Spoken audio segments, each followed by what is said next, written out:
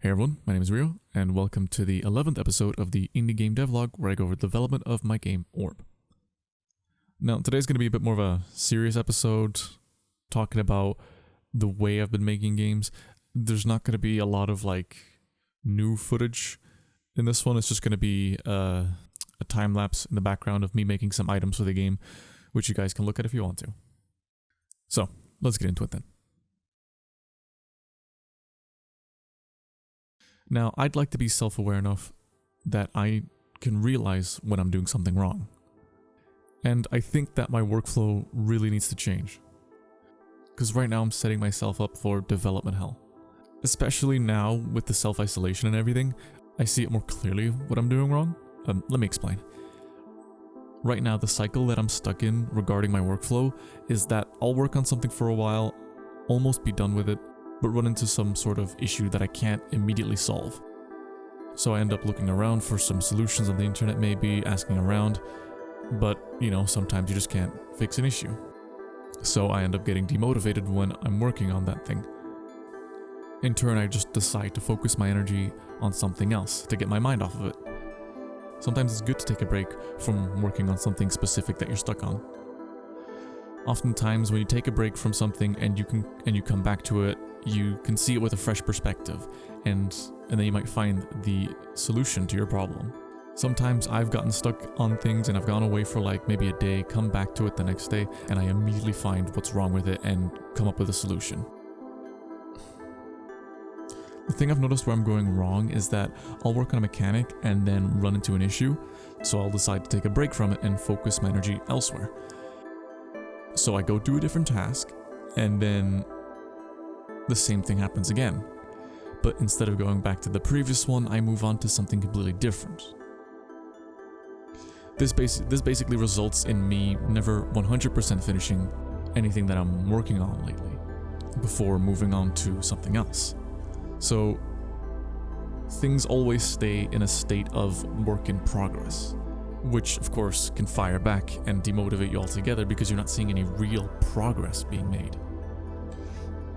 So yeah, that's the problem I've recently been noticing with myself, and I've been trying to fix it by changing my workflow by isolating my goals and making them a little smaller, and then deciding to make them start to finish. Sometimes I'll just take a day to completely make something start to finish, rather than just doing bits and pieces around, because then you don't really get a sense of completion.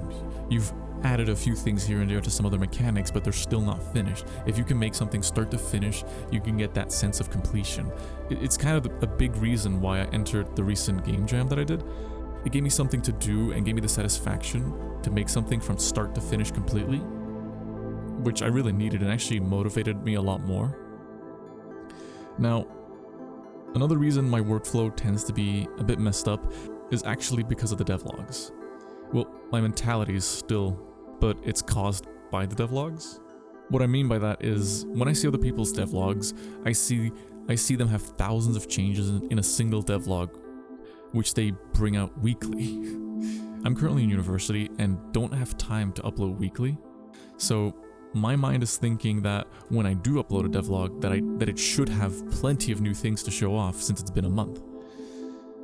Although the reality is that sometimes I don't really have much to show. Sometimes the only things I can show are here are some new models I've made, I made a few new levels, or just tweaked a few settings. People are probably not as interested in seeing things like that than they are in seeing big changes with new mechanics to the game. My mind keeps thinking that I need to show bigger changes in the devlogs, so I actually end up working on specific things to show off in the devlogs rather than working on the things that should be done. So in the end, what ends up happening is that I'm making my work based on the devlogs rather than making the devlogs based on my work. I'd like to be more open and transparent from now on when it comes down to developing Orb. Not everything goes perfect, and I do run into some issues, so rather than just focusing on the things that did go right and cutting out the other stuff, I'd like to also address the issues that are happening when making the game, and the bugs and trying to fix those. On top of this, I also plan on making the devlogs around my work rather than the other way around. This does mean that the devlogs could be a lot shorter and don't constantly have big changes. They could sometimes just be me going over a list of changes that I've made. So they might be a lot shorter.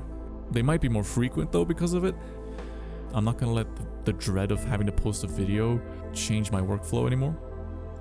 So I don't want to have a set schedule when it comes into videos. I'll just upload when I feel like I've got something to show. They will probably be smaller with a different kind of editing style to them, but who knows, maybe the videos will actually be better that way. As well as changing everything to be a bit more transparent and open with you guys, I also, from now on, want to start running some more polls and get everyone's opinions on like what they think suits the game best, whether it be design-wise or mechanically.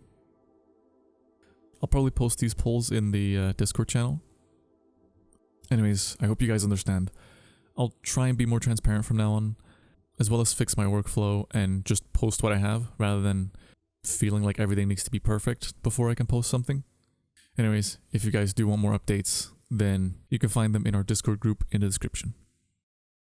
Thanks for watching.